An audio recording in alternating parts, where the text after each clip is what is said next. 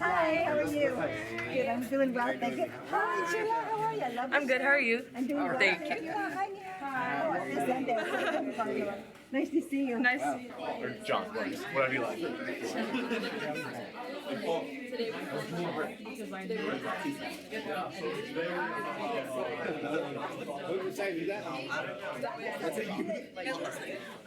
So today is a pretty special meeting because we have the founders of Cesar Chavez clubs here today, Mr. and Mrs. Legretti, and Miss Linda and Mr. Carlos not only worked with Cesar Chavez, but really helped and brought forth the movement that was going on that Cesar Chavez himself was working towards, the farm workers movement.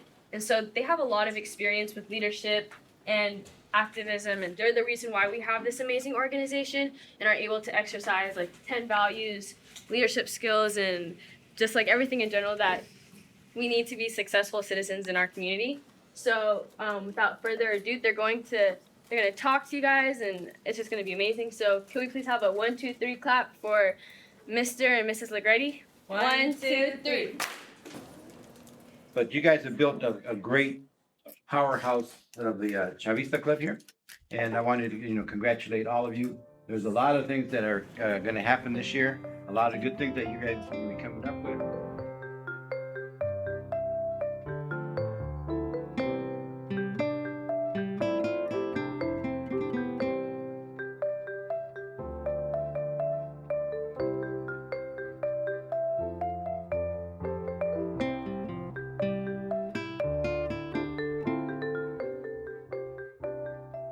It was Carlos's idea, even though he always says it was our idea. I thought he was a little nuts.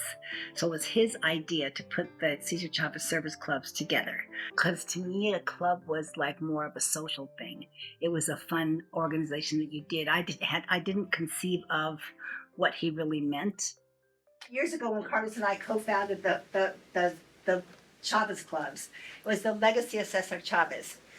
And it's like, how do you know what to do when you want to teach leadership development? And it became very clear and very honest to us, because those 10 values that you guys are learning, that are taped up on your window, those are the 10 values that we lived by, only we didn't know we were living by them. We didn't know about those values and put names. There's a lot of things that we had learned in the movement that definitely were beneficial for us in terms of our lives and what we were doing. And my thought was that it would be great to have an organization that would be that would teach those lessons that we learned, and that we could also teach those lessons to our kids. This is a picket line photo. Do you recognize anybody in this photo? All right. Yeah, this is a photo I took in City Heights, probably 1971, and these three individuals, but we still see them today. Of course, this is Linda.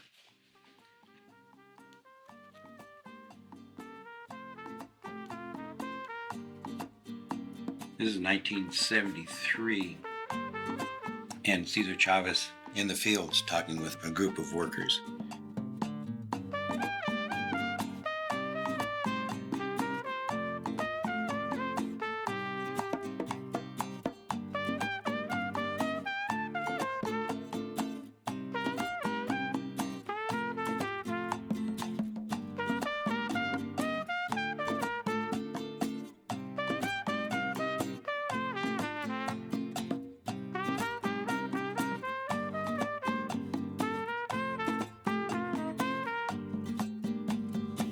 There's a common thread that goes through a period of time, stitched together by the activities of the movement.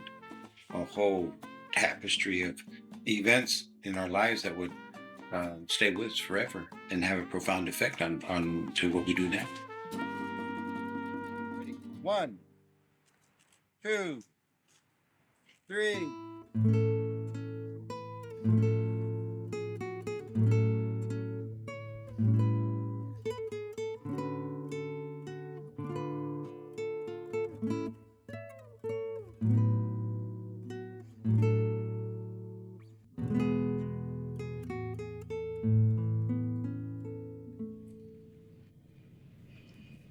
Carlos and I met Gracia 53 years ago on this campus. Didn't look like this, but it was Mesa College. And so it's extremely personal.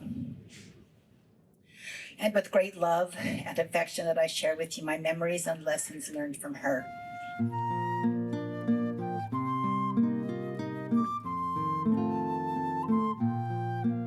She first got us involved in a social club, which was really cool for me.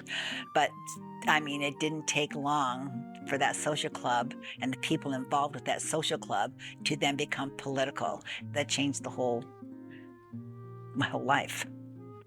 And had we not met Gracia, or she had not been, our professor at Mesa College, we could have been down a completely different path in our lives. We could have been doing other things, making money and all that stuff that we could have done, I think, rather easily. She was very, very political, very, very progressive. At that time, we were involved at Mesa College with an organization called Club Amigos. And the Club Amigos was a charitable organization. And that was nice, right? But it wasn't fulfilling. Not when you compared that to what was going on in the streets here in San Diego. And so we knew that we wanted to do something more political. Gracia Molina de Pic, she was our advisor to the Club Amigos.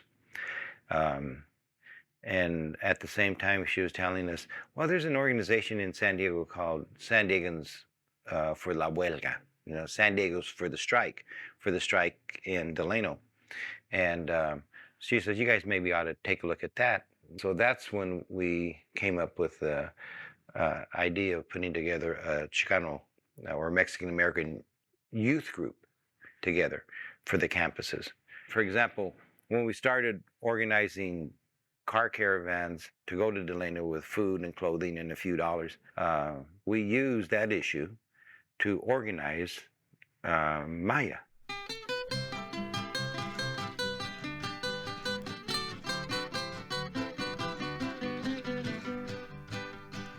Yo soy chicano, tengo color, puro chicano, hermano con honor. Cuando me dicen que hay revolución, defiendo a mi raza con mucho valor. Tengo todita mi gente para la revolución. In those days at Mesa College, it was the farm worker movement, and the involvement that we had was taking the food and the clothing. But it was also an awakening of who you are as a person and as a culture and how you're seen by other people. So it was pretty clear, back in those days, and it still is. It's a very racist community out there, Sometimes people don't talk about it, but it happens, and people sort of stereotype you based on what your culture is, you know what I mean? So we learned not only about our culture, but to be proud of who we were as Mexicans, Mexican Americans in those days, Chicanos frame of mind. It was powerful. It was really powerful to sort of be in charge and to be proud of who you are, and not to let other people define who they think you are. That's a very great place to be in life.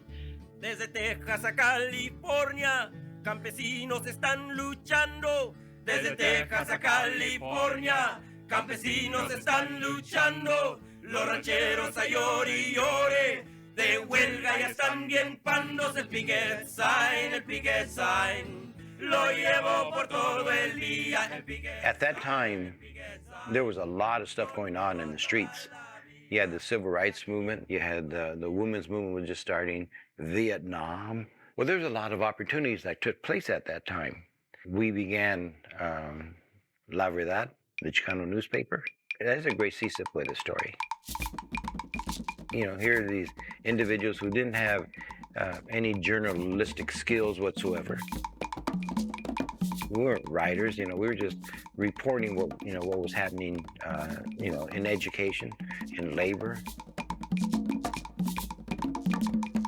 The paper also was an avenue for the artists to have their artwork in the paper.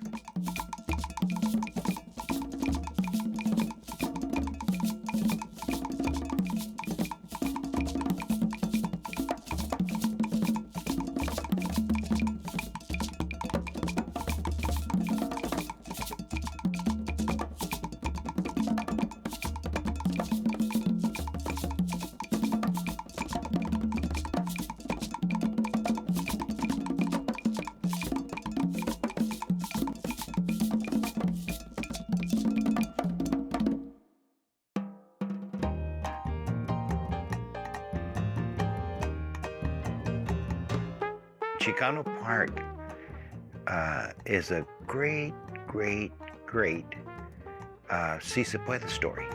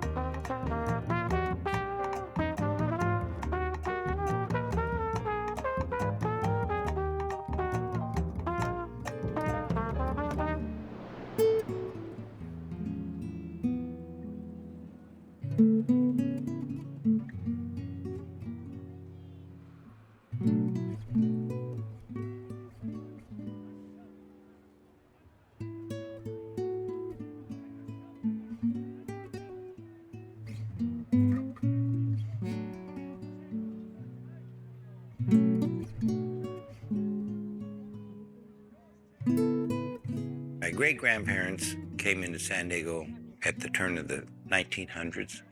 In the 1920s, become founders of Our Lady of Guadalupe Church, both illiterate. But to have these individuals who had no money, no education, to become founders of a church, of Our Lady of Guadalupe Church, I mean, tells me a whole lot about, I mean, their determination in terms of what they were doing in their life. And then they would become like Guadalupanas in the church and forever serve, you know, the Valle Logan Heights community. Through their involvement, they raised my mom.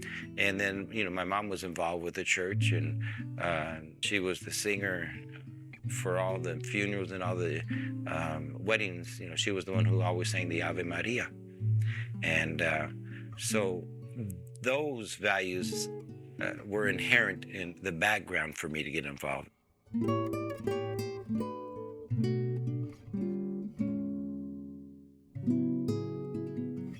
As a youngster, I think beginning in middle school, you know, our family imploded with a divorce with my mom. So my mom was left, you know, with being a single mom with 5 kids. And I was the youngest of the 5.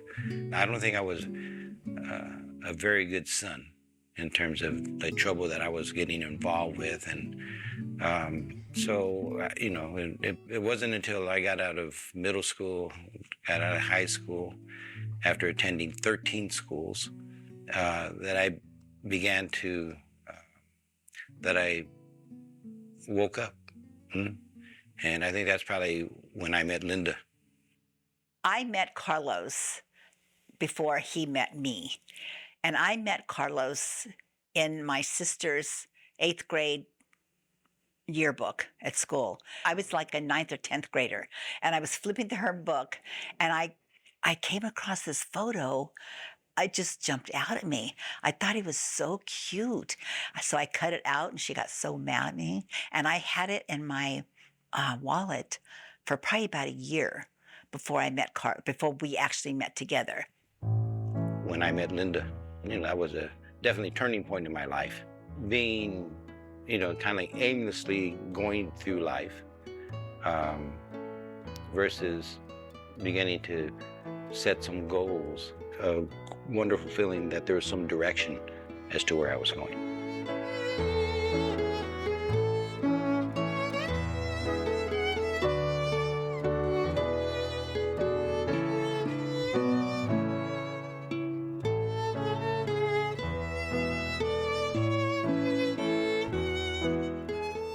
I do believe in love at first sight.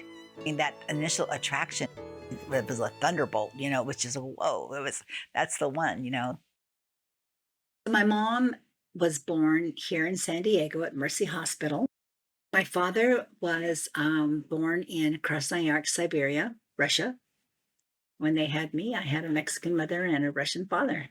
But I grew up actually Mexican because most everybody else in our family was Mexican. My father loved the Mexican culture. I think I was just born really positive and really happy.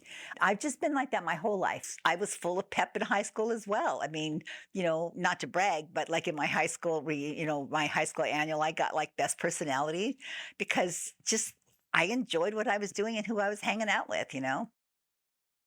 I never considered myself political because of politics. I sort of got into political issues because it was social at first.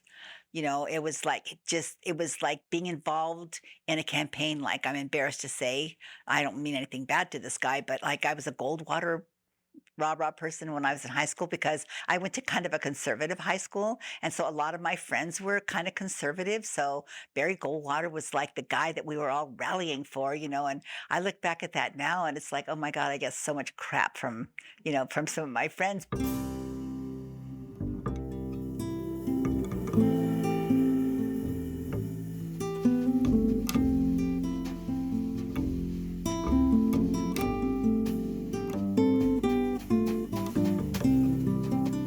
At that time, I think on the campus, there were like 21,000 students at San Diego State.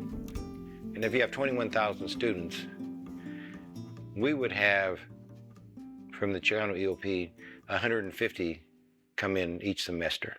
Those who came in under the EOP program came in under, it didn't matter, they didn't look at grades, they just looked at potential, right?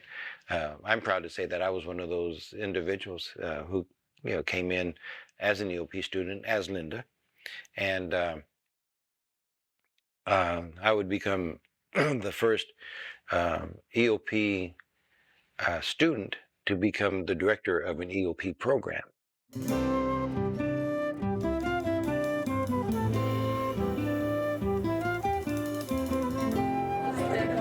Okay, for those of you running for office, that's this table here, these 3 tables, and everybody.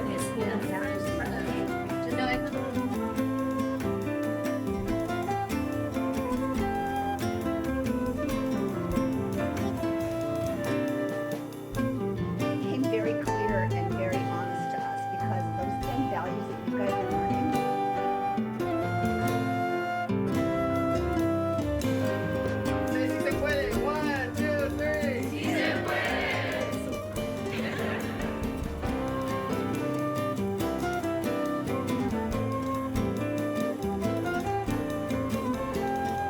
Look at him. He's from San Diego High.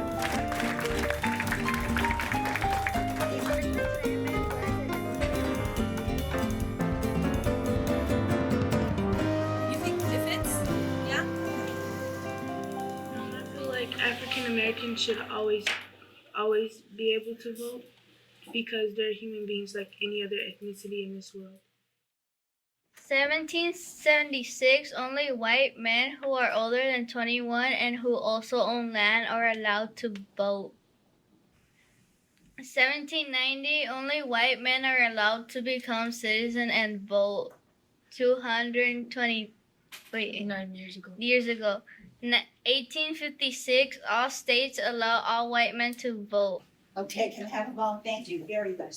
Just like we were talking earlier, your voice matters. You have to take a stand, and you have to understand that you have more power than you think you have, and voting is one of those ways to do it.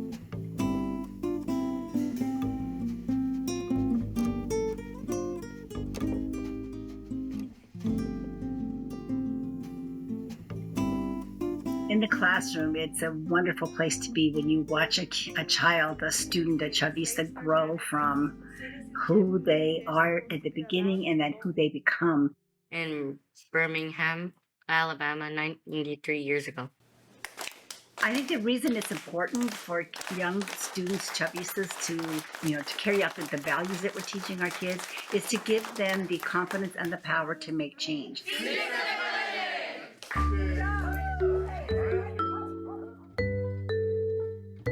Miss Linda and Mr. Carlos, they had so much faith in me since I was in 6th grade, and ultimately like pushed me to become the person I am today. And they saw so much in me that I never saw, like the potential I had to be a leader. I definitely never envisioned that, and because of them, I grew into this confident, well, hopefully confident and and very driven person in this club. And so I owe a lot of that to them.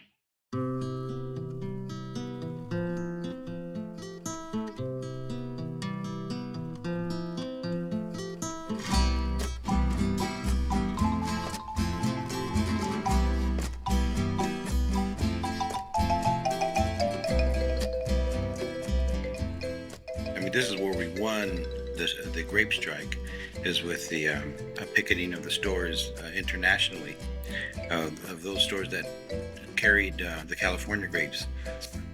By 1970, the growers signed a contract, but it would never ever happen without the support of the picketing and the boycotting that took place outside of the agricultural areas, because the growers controlled the agricultural areas.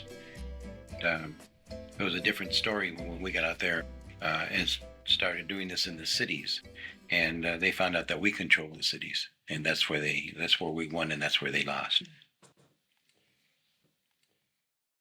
In Delano, we took the clothing and the food. We met with a bunch of college kids. We all slept in sleeping bags on the floor in Delano at the Filipino Hall. And so Caesar made a presentation, which was great. But the person that made the difference to me that day was a guy by the name of Reverend Jim Drake. He was a tall white guy with glasses, and he was like an assistant to Cesar Chavez. And I was so mesmerized by his message. His message was something like, I want you to think about this. When you go back to your school and back to your communities, what's more important than continuing to do work to help farm workers help themselves? Something like that. And it just made a difference to me. After that meeting in Delano, we were gonna volunteer for the farm workers for one summer. We had just gotten married. I hadn't had a baby yet. We were going to volunteer for a summer, and that summer turned into 13 years. That was a real turning point in our lives, right? I mean, we were here in a beautiful home. I'm making good money at San Diego State. I was in discussion with Tom Hom, real estate developer in downtown San Diego, on 2 or 3 parcels, which is now the gas lamp area, to purchase those parcels. And so I think we were only a couple weeks away of doing that. And that was that. We could have gone on that fork in the road and made lots of money. Making that decision to go from that comfort zone to go to work for room and board and $5 a week, it's so funny because a lot of people say, God, that was a sacrifice. You did that. And it was not. We didn't see it that way. We didn't see it that. We thought it was a wonderful opportunity to really go and do something that we really felt was important and wanted to do, and thank God was able to do. This is one of my favorite photos. And I've mentioned to a lot of people that the photos I like the most, the ones I've taken, are generally the ones that are taken over the shoulder of Caesar. And so these are lechugueros. They're lettuce workers in Salinas. This is 1975. They're the toughest of the tough when it comes to the farm workers. They're very, very militant. And Caesar loved them because they were so well organized. In 1973 probably is when I got to know Caesar. And, going up to the farm worker headquarters, I became, with Caesar, like his a go-to guy, administratively right there. The first meeting when I understood Caesar in terms of thinking out of the box, we had a meeting and he asked me that we needed a purchasing department in La Paz because we had say 20 different departments who were ordering office supplies, and all of them were ordering separately. So he says, we can never get a discount because we're not putting it all together. And so they're charging us a lot of money for one delivery, when if we put them all together, we can probably save 30 or 40%. And so I put together a sketch of what the department should be. He liked that a lot. And then he says, you know, I'm thinking that we should maybe think a little bigger. And I said, well, what's that? He says, why don't we order a freight car of copy paper? And then we could supply all of our offices throughout the state of California.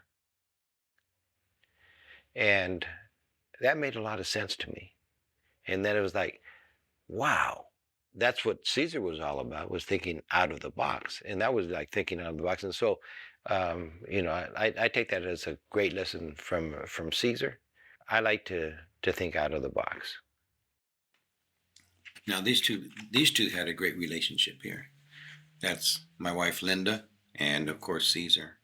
And Caesar called Linda Lindita. I loved and respected Cesar Chavez so much while we were there, just as a person. He was funny.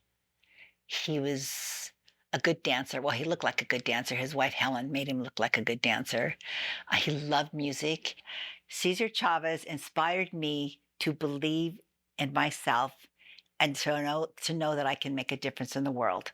And it was through that experience that I was able to feel so accomplished in having success stories about the things that we were involved with, social justice and economic justice.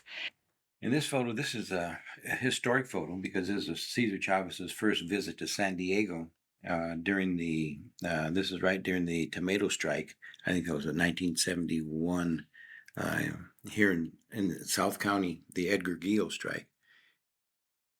Everybody knows and loves Cesar Chavez, but without the millions of people who boycotted grapes and those farm workers who lost their homes and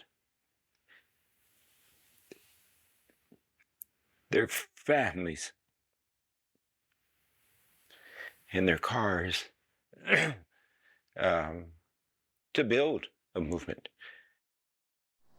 When you see a person who is about 60 years old and who is striking, you know, that means a lot, because this person knows, you know, that, you know, he is at that age where jobs aren't that easy to come by.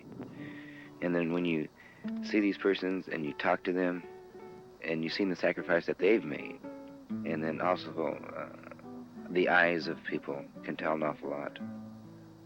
You know, you can see, you know, the years and years and years of injustices, of the humiliations, and so on, that they've suffered. The farm workers, the most powerless, right? But making the most powerful statement being on the picket line. I mean, that was, I mean, I saw my great-grandparents when I saw them. When President Obama, when he dedicated the farm worker headquarters as a national park, I think it was. So here you have the most powerful man in the world dedicating this soil in La Paz that the most powerless individuals used to use.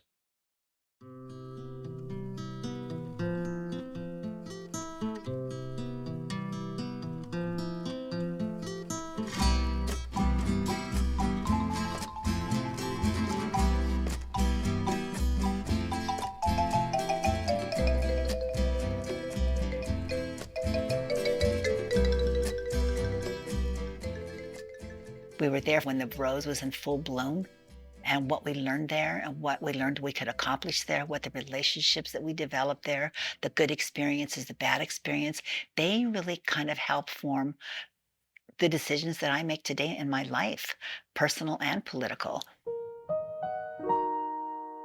We didn't leave the farm worker movement because we were done with it or whatever. We left because we came home so I could die around family.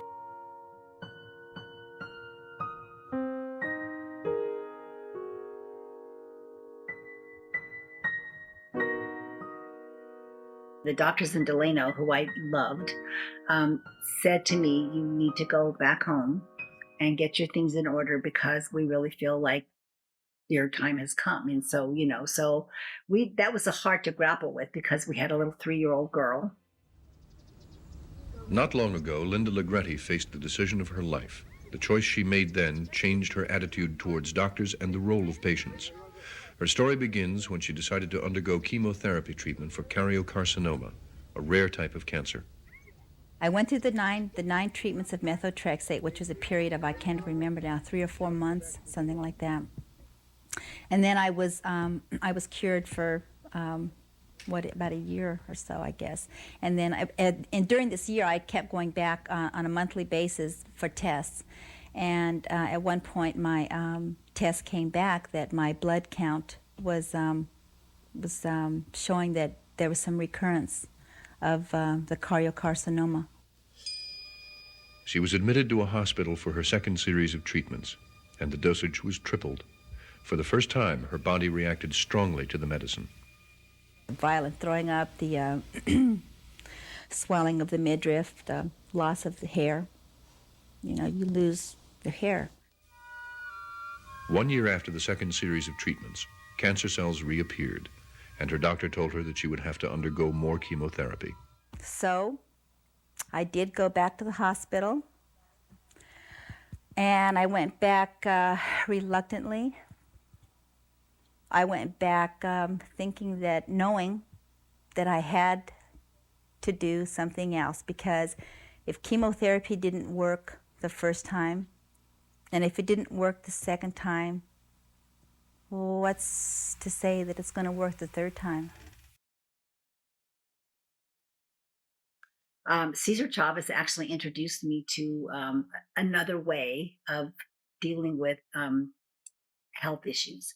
And so that itself was kind of an eye opener, right? So I did this thing with nutrition and with the raw foods and no medicine for a while.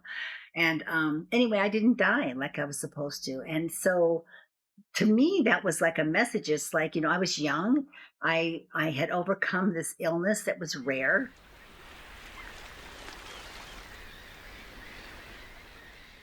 Looking back at when I was ill and whether or not that positive attitude helped me through that process, there's absolutely no other way to look at it.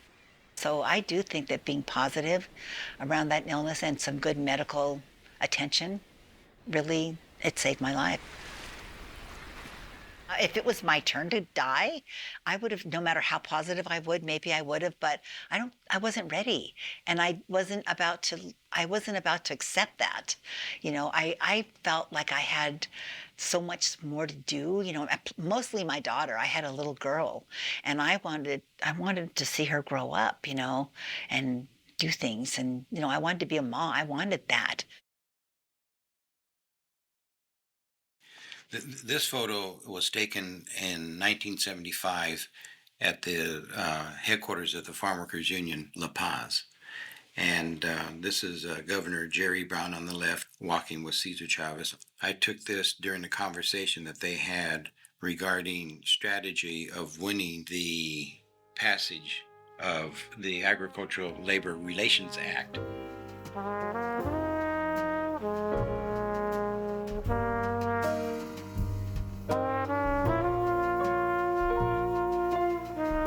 I think that we definitely took the opportunities that came our way, whether it be working with the Farm Workers Union, working with Governor Jerry Brown or Salt Price.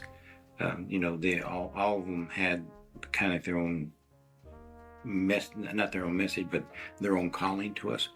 And so I think that we made the right choices. The mentors in my life and Linda's life, it would definitely be Saul Price and Caesar. Two individuals, one poor, one fabulously economically rich, but very, very much aligned in their values in terms of their belief in people and organizationally, how things got done.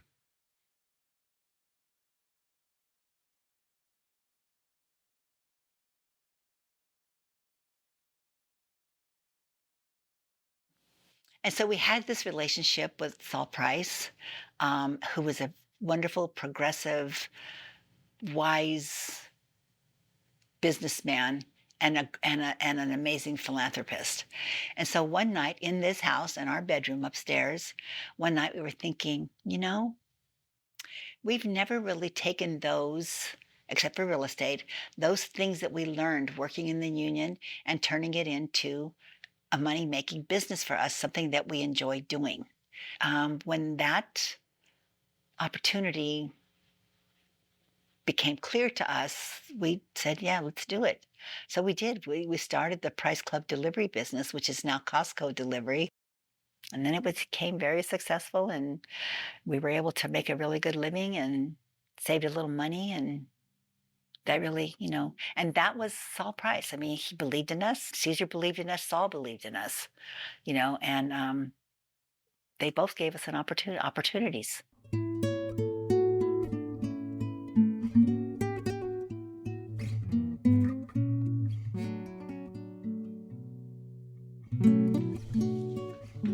And then this is the night before the march, the funeral march for Cesar Chavez. Right after 12 o'clock, I noticed the Reverend Jesse Jackson. He immediately left from where the family was and went up to the casket and was saying a prayer. I think I was the only one who had a camera there that night, that late. There's no photos like this around.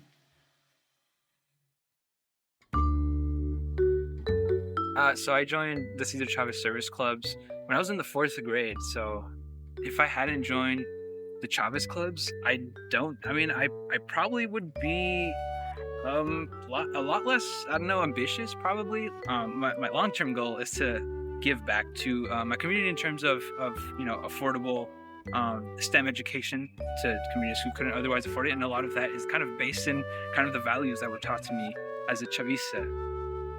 The challenges with the tax and the property tax, the goal is to spread the burden as wide as possible so nobody has to pay too much, versus other kinds of taxes like that can actually impact. For our Chavistas to be at the head of the table, they have to understand what's involved, not only in being there, but how to get there. And that's what I think that's where we come in. The homes for San Diego. You said you could work to build more homes, right? Uh-huh. But the people that didn't have a home, they would still have to pay, right? Yeah, and how would they get the money if they're living on the street? Well, so most people are eligible for some level. So the question is, if people are homeless, they have no money, how are they have to pay something in rent? The message we give our kids is politicians, people who give public service, respect them, work with them. But the truth is they work for us. Some people will say things about homeless people that it was their choice to be homeless or they're just lazy. How are you gonna, if we're gonna make this happen, we would need to convince them that it's a real issue that is important and that it wasn't their choice and they're not lazy. So how will you persuade them to? Wow, that's a really good question, a very sophisticated question. Thank you. Just because they're kids and they're adorable and stuff, they have something to say, and what they say is important. But a year ago, they were working on the homeless. They're working on climate change. So even though they can't vote, they are involved. Can you guys know if they're homeless or not? Those kids are amazing. They give me inspiration. Honest to God, it's when we're in a classroom. I mean, it is the reason to get up in the morning. They're so because they are who they are. I mean, you take a little kid, even if you're a parent, when you're raising a little kid, they're so inquisitive and they're so creative, and they just, so you just have to like help them, stay that way, because then they'll grow up and be old cynical people. We don't want that.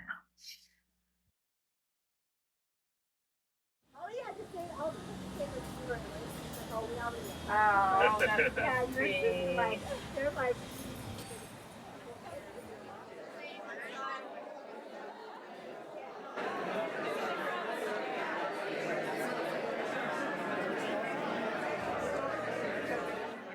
Right now, we've done more fundraising than we ever have. I mean, after 20 years, we are like we've gone from puberty now to adults, and the clubs are successful. They are sustainable. We have handed off the heavy workload to staff with an operations manager who is amazing. So we get to be fundraisers and we get to be ambassadors, and then we still do a lot of work. But all of that didn't come easy. We go back and you're looking at when we didn't have any, we had one volunteer who was leading the organization, going back, and that was me, going back to 2001, and it wasn't until 2008 when we started getting a few dollars to pay somebody, one person, some money, and then to the point now where we have 8 staff. Miss Jane has been working with. We have an amazing staff who make this happen. They all have the same kind of passion for the mission of the clubs, and they all really respect and they all understand that the students are who they work for. All right, the minutes. Have you all perused the minutes? We have a really diverse board, amazing, intelligent people who care about social issues, and they're not just yes people. They give us great ideas, they give us great direction. They're really involved and really care and participate financially and with their intelligence and with their experiences of helping out the kids.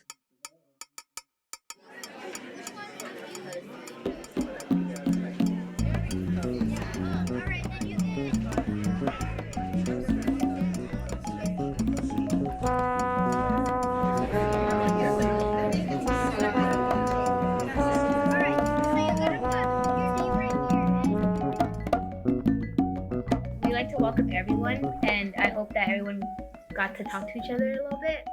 Each and every one of you that are here today, you are making history. So why do I say that? Well, let's go back to when this man by the name of Cesar Chavez and his supporters said, I want to build a farm workers union to represent the interest of those individuals who work in the fields, who pick the fruits that we eat. People looked at him, no se puede. It's never been done. It can't be done. Well, it got done.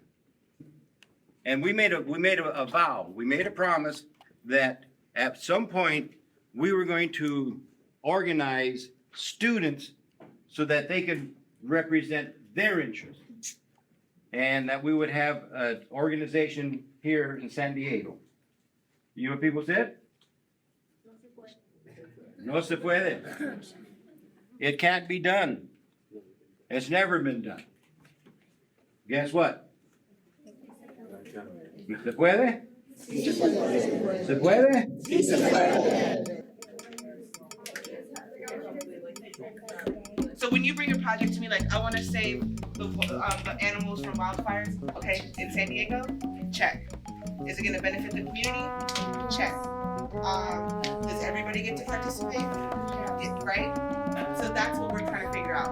What do we have to consider before we decide to take on a project? Any other ideas? Well, for me, I would like to, before I graduate college, hopefully register more people to vote. This is 2 meetings at the Congress. Then an election has to take place to take that person's position at the clubs. There are 1.6 billion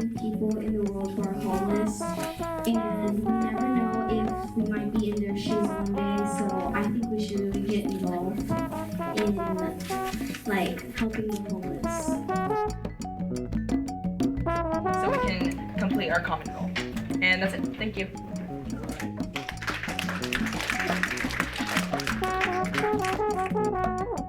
I've enjoyed being in this Congress. What I like about it so far to be able to share my ideas about how we could make San Diego a better place in general. I see myself as being one of those Chavistas. Similar background. I think of life's experiences when you come up with an idea like that. An organization where they could come together. It's kind of similar to the farm workers movement, you know, to establish the relationships amongst one another on different places, working on issues, knowing that they can make a difference, provide a place in their lives that they could go to, and to keep them away from the troubles that I was doing, where they could become confident within themselves. So when they met with someone, whoever it is, that person was no better than themselves, so that they would have a high standard within themselves of who they are, that nobody's better than they are, and that they have a lot to offer.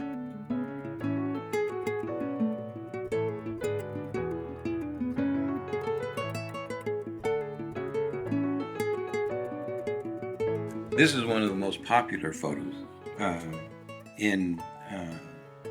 that we have from the Farm Worker Documentation Project. And this is a photo of Cesar Chavez. And those are sons and daughters of volunteers who worked at the Farm Worker headquarters.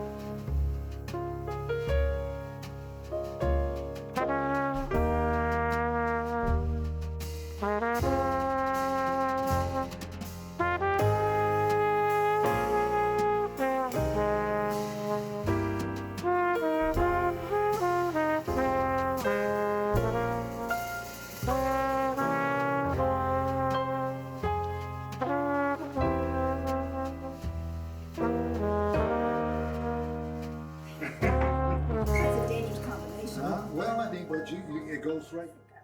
We love to entertain. We love to be around people. That's our talent. Our talent is developing and keeping and loving the people that we've met over the years, and entertaining us. Many of them that come here, we owe a lot to. You know, they've been part of our lives, and I think it's a way to our, express our gratitude to many of them.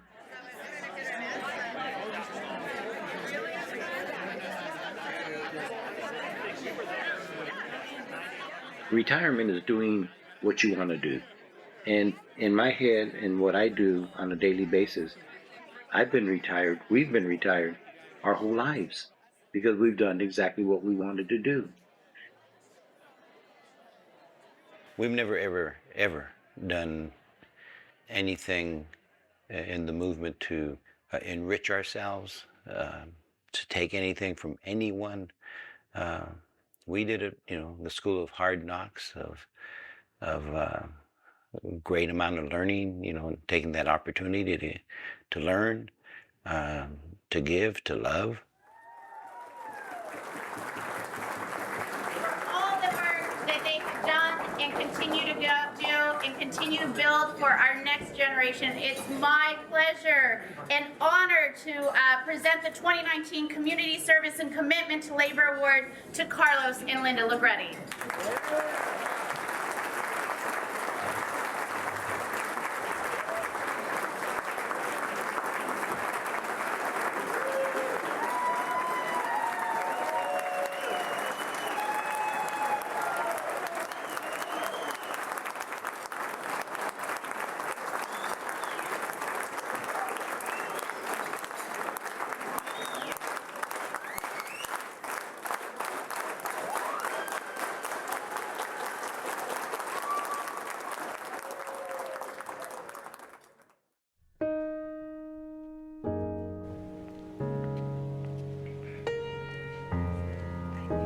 I love to be around Linda.